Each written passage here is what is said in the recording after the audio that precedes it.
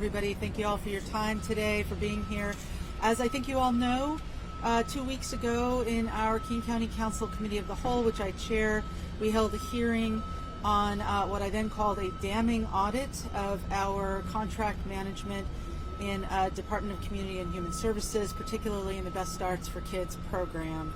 At that time, some of my colleagues and I spoke up and asked that we undertake an effort to learn more and improve how we're serving the people of King County, and I'm here today to talk about some next steps. This audit demands that we go deeper, that we demand accountability, but more importantly, that we make services reach the people they're intended to serve. These dollars were voted by the voters in order to help the community, and that's what we want to see them do. So today I'm announcing some immediate next steps. Before I get into details, I just want to state a few key principles here that I think we should all find troubling. First, we do not know the extent of the problem. This was an audit of selected contracts, not of the entire program nor the entire department. There is $1 billion under grant a year in King County, and we don't know the extent of the oversight challenges. Number two, despite the best intentions and hard work of departmental staff, the checks and balances and internal accountability systems were simply not in place to track funds and provide assurance of delivery and efficacy. And third, we're learning that while so many contractors and service providers are doing incredible work in the community, King County has lacked the support systems to help them succeed and or to stop the rare circumstances of fraud and abuse. So all three of these areas require action, and the good news is they're fixable. But we've got to get to work now and do it in a way that is transparent and starts to rebuild trust in the public at large, including the very communities we're trying to serve. So this is why I'm not waiting for the election or for a new executive to take office. We're starting today.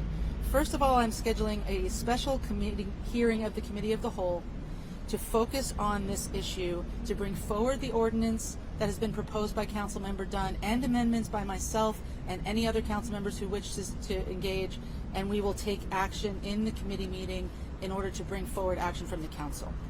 At this meeting, I plan to have subject matter experts and providers to speak to their needs and their issues and make sure that our fixes are having the intended effect and not having unintended effects, so that we can reform, accelerate reform, and implement things now.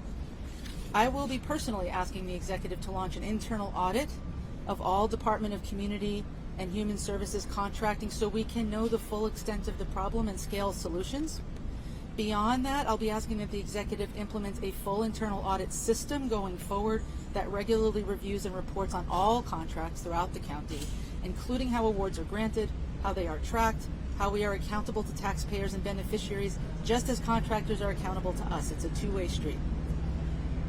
We'll be seeking standards based on best practices, both for diligent oversight and processes that ensure that we are supporting contract partners in ways that help them do their work. We need adequate staffing levels for fiscal specialists. This was something that came out of the audit. We did not have enough finance people in King County to oversee the tremendous increase in grants that has gone on in the last few years.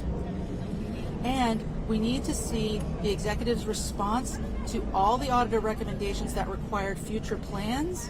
So we have those plans in place, and when the new executive takes office, they can get to work right away.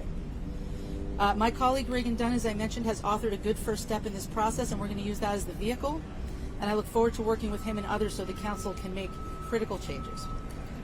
I want to be clear, these measures and calls for actions are forward-looking and supportive.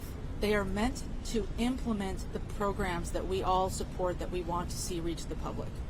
They are not meant to be punitive. With the federal government attacking the very foundations of public health and so much of what we do in youth and family services, in equity, in mental and behavioral health, it's more important than ever that King County and every local government make maximum use of every dollar we have. We can and must prove to the people that they can put their trust in us. So I'm calling for a full and public review of this audit now, immediate steps for action, and tangible steps forward to meet our obligations to the kids, families, and communities of King County. And I'll stop there and take questions. What is your understanding of how the amount of grant making increased so much from $22 million in 2019-2020 to $1.5 billion in the last 2 years. How did that go up so much? There have been increases to our levies as we've renewed them, some of them significant, and also there was a lot of federal pass-through money that came through after 2019. So I think together those are why you see such a big increase. But the voters are very generous. The voters approve our levies. They want to see this money spent, and we've come through with increases to many of our levies, especially the last renewal of Best Starts for Kids. Well, we had Best Starts for Kids in 2020. We had the senior and veterans levy. And I know this isn't kind of the precise issue of the audit, but it's just, it's a 6,700% increase in grant making. Yeah. And I frankly don't quite understand how we went from that number to this. Yeah, I'm happy to follow up and make sure that we account for it. I think I'm pretty confident that it's got to do with the combination of one-time federal money that happened during that era and the increases to the various levies, but we can document that. It's a knowable fact. What can you do to, with the coming audits to make voters be confident, so when you come to them with another levy, that they will actually vote for it or say, no, you mismanaged the money this last time? I think that question is exactly the question we all need to answer. We need to make sure that we are being transparent and very public about what we found and what we're doing to fix it, so that when we come back and ask for more money, the voters see what we did to fix the challenges we had here. And we need to be really clear about what is the impact we want these levies to have, and are we having that impact? Let's get beyond, did we account for the dollars and cents correctly, to did we help people?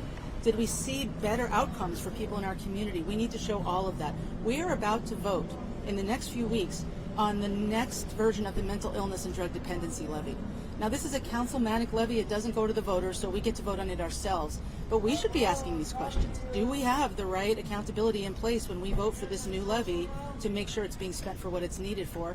We know we need better investments in mental illness and drug treatment, and this is what that levy is for. So we should be answering that question all the time. Thank you.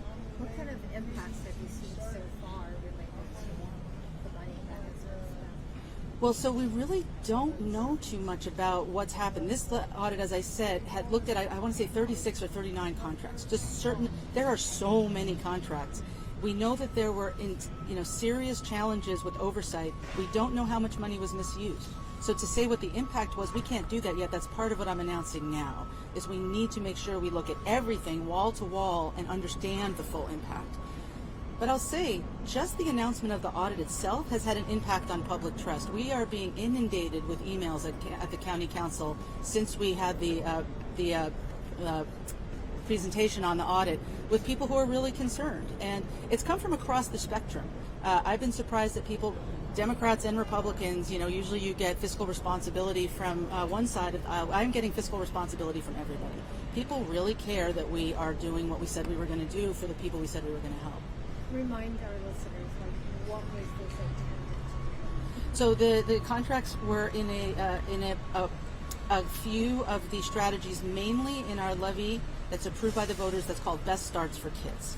And Best Starts for Kids is a rather large levy program that's intended to invest in prevention and success measures for youth and families, early education, community supports. When we say that we want to invest in everything across the spectrum, from not just criminal justice, not just when a problem happens, but upstream, we're trying to help people succeed. This is the money that goes to that, and we need to spend it well.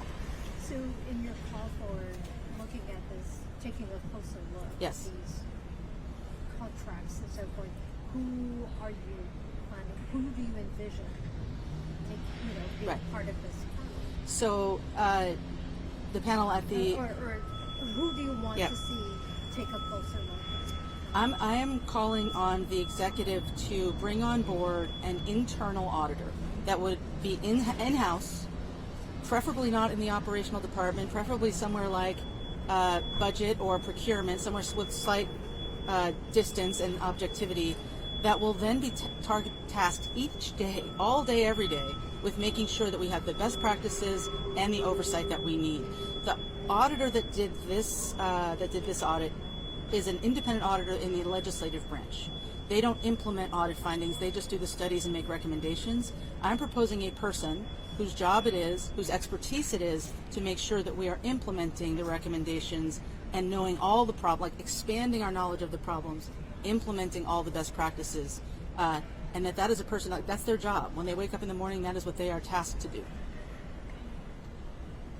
We had this one audit of 2% of contracts. You're calling for a broader one. What is your level of confidence now that these programs, voter-approved and otherwise, are out under DCHS achieving their goals? Well, this audit was a surprise. It was an unpleasant surprise. It caused concern among the council and others that we don't know how good of a job we're doing. I sincerely hope that when we take a deeper look, we find that the problems are confined to one area, but I don't know that standing here today, and we have got to know that. So it sounds like the audit raised even more questions. Absolutely.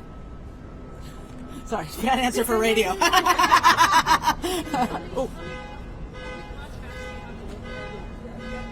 Oh, that's a fantastic question. I will have to follow up. How many contracts and how much of the increase? Right. Yeah.